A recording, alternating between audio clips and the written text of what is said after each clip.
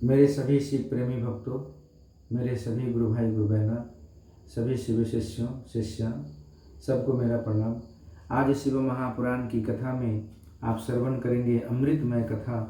प्रयाग में समस्त महात्मा मुनियों द्वारा किए गए यज्ञ में दक्ष का भगवान शिव को तिरस्कार पूर्वक शाप देना तथा नंदी द्वारा ब्राह्मण कुल को शाप प्रदान भगवान शिव का नंदी को शांत करना। ब्रह्मा जी कहते हैं, नारद पूर्व काल में समस्त महात्मा मुनि प्रयाग में एकत्र हुए थे। वहाँ सम्मिलित हुए उन सब महात्माओं का विधि विधान से एक बहुत बड़ा यज्ञ हुआ। उस यज्ञ में सनकादि सिद्धगण, देवऋषि, प्रजापति, देवता तथा ब्रह्मा का साक्षात्कार करने वाले ज्ञानी भी पधारे थे। मैं भी मूर्तिमान महातेजस्वी निगमों और आगमों से युक्त हो सपरिवार वहाँ गया था। अनेक प्रकार के उत्सवों के साथ वहाँ उनका विचित्र समाज जुटा था। नाना शास्त्रों के संबंधों में ज्ञान चर्चा एवं वाद विवाद हो रहे थे। मुने उसी अवसर पर सती तथा पार्षदों के साथ त्रिलोकहितकारी सृष्टिकर्ता एवं सबके स्वामी भगवान रुद्र भी वहां आ पहुंचे। भगवान शिव को आया देख संपूर्ण देवताओं, सिद्धों तथा मुनियों ने और मैंने भी भक्ति भाव से उन्हें प्रणाम किया और उनकी स्तुति की। फिर शिव की आज्ञा पाकर सब लोग प्रसन्नता पूर्वक यथा स्थान बैठ गए। भगवान का दर्शन पाकर सब लोग संतुष्ट थे और अपने सौभाग्य की सराहना करते थे। इसी बीच में प्रजापतियों के भी पति प्रभु दक्ष, जो बड़े तेजस्वी थे, अकस्मात घूमते हुए प्रसन्नता पूर्वक वहां आए। वे मुझसे प्रणाम करके मेरी आज्ञा ले वहां बैठे। दक्ष उन दिनों समस्त ब्राह्मणों के अधिपति बनाए गए थे, अतएव सबके द्वारा सम्माननीय थे। परंतु अपने इस गौरवपूर्ण पद को लेकर उनके मन में बड़ा अहंकार था, क्योंकि वे तत्व ज्ञान से शून्य थे। उस समय समस्त देव ऋषियों ने नतमस्तक हो स्तुति और प्रणाम के द्वारा दोनों हाथ जोड़कर उत्तम तेजस्वी दक्ष का आदर सत्कार किया। परंतु जो नाना प्रकार के लीला विहार करने वाले सभ्य स्वामी और उत्कृष्ट लीलाकारी स्वतंत्र परमेश्वर हैं, उन महेश्वर ने उस समय दक्ष को मस्तक नहीं झुकाया। वे अपने आसन पर बैठे ही रह गए। खड़े होकर दक्ष का स्वागत नहीं किया। महादेव जी को वहां मस्तक झुकाते न देख मेरे पुत्र प्रजापति दक्ष मन ही मन अप्रसन्न हो गए। उन्हें रुद्र पर सहसा क्रोध हो आया। वे ज्ञान शून्य था। महान अहंकारी होने के कारण महाप्रभु रुद्र को क्रूर दृष्टि से देखकर सबको सुनाते हुए उच्च स्वर से कहने लगा। दक्ष ने कहा, ये सब देवता, असुर, श्रेष्ठ ब्राह्मण तथा ऋषि मुझे विशेष रूप से मस्तक झुकाते हैं, परंतु वह जो प्रेतों और पिशाचों के घिरा हुआ महामनस्वी बनकर बैठा है, वह दुष्ट मनुष्य के समान क्यों मुझे प्रणाम नहीं करता। शमशानों में निवास करने वाला यह निर्लज जो मुझे इस समय प्रणाम नहीं करता, इसका क्या कारण है। इसके वेदोक्त कर्म लुप्त हो गए हैं। यह भूतों और पिशाचों से सेवित हो मत वाला बना फिरता है और शास्त्रीय विधि की अवहेलना करके नीति मार्ग को सदा कलंकित किया करता है। इसके साथ रहने वाले या इसका अनुसरण करने वाले लोग पाखंडी, दुष्ट, पापाचारी तथा ब्राह्मणों को देखकर उदंडता पूर्वक उसकी निंदा करने वाले होते हैं। यह स्वयं ही स्त्री में आसक्त रहने वाला तथा रति कर्म में ही दक्ष है। अतः मैं इसे शाप देने को उद्यत हुआ हूँ। यह रुद्र चारों वर्णों से पृथक और क्रूप है। इसे यज्ञ से बहिष्कृत कर दिया जाए। यह शमशान में निवास करने वाला तथा उत्तम कुल और जन्म से हीन है, इसलिए देवताओं के साथ यह यज्ञ में भाग ना पाए। ब्रह्मा जी कहते हैं, नारद दक्ष की कही हुई यह बात सुनकर भृगु आदि बहुत से महर्षि रुद्रदेव को दुष्ट मानकर देवताओं के साथ उनकी निंदा करने लगे। दक्ष की बात सुनकर नंदी को बड़ा रोष हुआ। उनके नेत्र चंचल हो उठे और वे दक्ष को शाप देने के विचार से तुरंत इस प्रकार बोले। नंदीश्वर ने कहा, अरे रे महामूढ़, दुष्ट बुद्धि, शठ दक्ष, तूने मेरे स्वामी महेश्वर को यज्ञ से बहिष्कृत क्यों कर दिया। जिनके स्मरण मात्र से यज्ञ सफल और तीर्थ पवित्र हो जाते हैं, उन्हीं महादेव जी को तूने शाप कैसे दे दिया?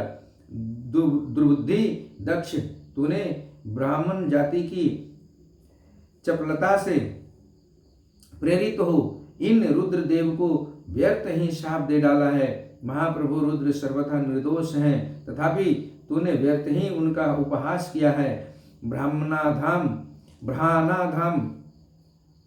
ब्रह्मणाधम जिन्होंने इस जगत की सृष्टि की, जो इसका पालन करते हैं और अंत में जिनके द्वारा इसका संहार होगा, उन्हीं इन महेश्वर रूप को तूने शाप कैसे दे दिया? नंदी के इस प्रकार फटकारने पर प्रजापति दक्ष रोष से आग बबूला हो गए और उन्हें शाप देते हुए बोले, अरे रुद्रगणों, तुम सब लोग वेद से बहिष्कृत हो जाओ, वैदिक मार्ग से भ्रष्ट तथा महर्षियों द्वारा परित्यक्त हो पाखंडवाद में लग जाओ और शिष्टाचार से दूर रहो। सिर पर जटा और सिर में भस्म एवं हड्डियों के आभूषण धारण करके मद्यपान में आसक्त रहो। जब दक्ष ने शिव के पार्षदों को इस प्रकार शाप दिया, तब उस शाप को सुनकर शिव के प्रिय भक्त नंदी अत्यंत रोष के वशीभूत हो गए। शिलाद पुत्र नंदी भगवान शिव के प्रिय पार्षद और तेजस्वी हैं। वे गर्व से भरे हुए महादुष्ट दक्ष को तत्काल इस प्रकार उत्तर देने लगे।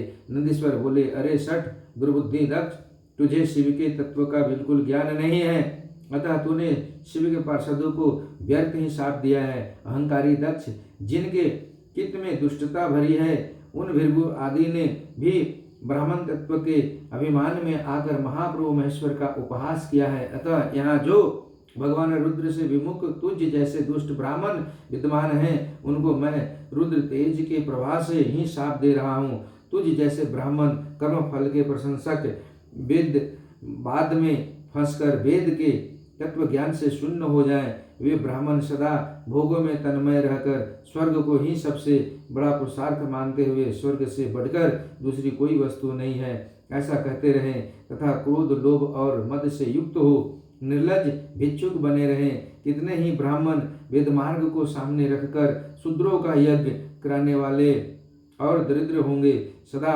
दान लेने में ही लगे रहेंगे। दूषित दान ग्रहण करने के कारण वे सब के सब नरकगामी होंगे। दक्ष, उनमें से कुछ ब्राह्मण तो ब्रह्मा राक्षस भी होंगे, जो परमेश्वर शिव को सामान्य देवता समझकर उनसे द्रोह करता है। वह दुष्ट बुद्धि वाला प्रजापति दक्ष तत्व ज्ञान से विमुख हो जाए। यह विषय सुख की इच्छा से कामना रूपी कपट से युक्त धर्म वाले गृहस्था आश्रम में आसक्त रहकर कर्मकांड का तथा कर्म फल की प्रशंसा करने वाले सनातन वेदवाद का ही विस्तार करता रहे। इसका आनंदमयी मुख नष्ट हो जाए, यह आत्मज्ञान को भूलकर पशु के समान हो जाए तथा यह दक्ष कर्म भ्रष्ट हो शीघ्र ही बकरे के मुख से युक्त हो जाए। इस प्रकार कुपित हुए नंदी ने जब ब्राह्मणों को और दक्ष ने महादेव जी को शाप दिया, तब वहाँ महान हाहाकार मच गया। नारद, मैं वेदों का प्रतिपादक होने के कारण शिव तत्व को जानता हूँ, इसलिए दक्ष का वह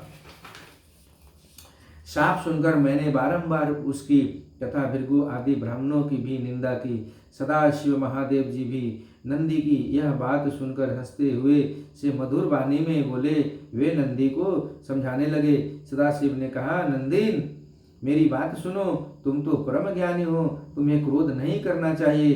तुमने ब्रह्म से यह समझकर कि मुझे शाप दिया गया, व्यर्थ ही ब्राह्मण कुल को शाप दे डाला।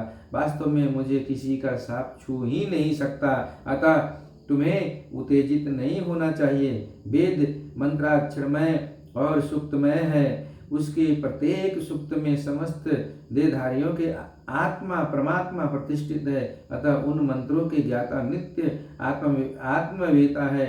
इसलिए तुम रोषवश उन्हें शाप न दो। किसी की बुद्धि कितनी ही दूषित क्यों न हो, वह कभी वेदों का शाप नहीं दे सकता। इस समय मुझे शाप नहीं मिला है, इस बात को तुम्हें ठीक ठीक समझना चाहिए। महामते, तुम सनकादि सिद्धों को भी तत्व ज्ञान का उपदेश देने वाले हो, अतः शांत हो जाओ। मैं ही यज्ञ हूँ, मैं ही यज्ञ कर्म हूँ, यज्ञों के अंगभूत समस्त उपकरण भी मैं ही हूँ। यज्ञ की आत्मा मैं हूँ, यज्ञ परायण यजमान भी मैं हूँ और यज्ञ से बहिष्कृत भी मैं ही हूँ। यह कौन तुम कौन और ये कौन, वास्तव में सब मैं ही हूँ। तुम अपनी बुद्धि से इस बात का विचार करो। तुमने ब्राह्मणों को ये व्यर्थ ही शाप दिया है। महामते नंदिन, तुम तत्व ज्ञान के द्वारा प्रपंच रचना का वाद करके आत्मनिष्ठ ज्ञानी एवं क्रोध आदि से शून्य हो जाओ। ब्रह्मा जी कहते हैं, नारद भगवान शंभु के इस प्रकार समझाने पर नंदीश्वर विवेक प्रायण हो क्रोध रहित एवं शांत हो गए। भगवान शिव भी अपने प्राणा प्रिय पार्षद नंदी को शीघ्र ही तत्व का बोध कराकर प्रमत्त गणों के साथ वहां से प्रसन्नता पूर्वक अपने स्थान को चल दिए। इधर रोषावेश से युक्त दक्ष भी ब्राह्मणों से घिरे हुए अपने स्थान को लौट गए, परंतु उनका चित्त शिवद्रोह में ही तत्पर था। उस समय रुद्र को शाप दिए जाने की घटना का स्मरण करके दक्ष सदा महान रोष से भरे रहते थे। उनकी बुद्धि पर मूढ़ता छा गई थी। वे शिव के प्रति श्रद्धा को त्याग कर शिव पूजकों की निंदा करने लगे। तात नारद, इस प्रकार परमात्मा शंभु के साथ दुर्व्यवहार करके दक्ष ने अपनी जिस दुष्बुद्धि का परिचय दिया था वह मैंने तुम्हें बता दी। अब तुम उनकी पराकाष्ठा को पहुंची हुई दुर्बुद्धि का वृतांत सुनो, मैं बताता हूँ। आज की कथा यही अपने गुरु महेश्वर शिव की चरणों में विराम करता हूँ। आगे की कथा अगले वीडियो में सुनाऊंगा। तब तक के लिए आप सबको चरणों में मेरा प्रणाम। आगे की कथा अगले वीडियो में जो सुनेंगे, दक्ष के द्वारा महान यज्ञ का आयोजन, उसमें ब्रह्मा विष्णु देवताओं और ऋषियों का आगमन, दक्ष द्वारा सबका सत्कार, यज्ञ का आरंभ, दधीची द्वारा भगवान शिव को बुलाने का अनुरोध और दक्ष के विरोध करने पर शिव भक्तों का वहां से निकल जाना। तब तक के लिए आप सबको मेरा प्रणाम। हर हर महादेव। नमः शिवाय, नमः शिवाय, नमः शिवाय। भगवान भोलेनाथ, मेरे गुरु महादेव आप सबका जीवन में सुख शांति हमेशा के लिए बनाए रखें।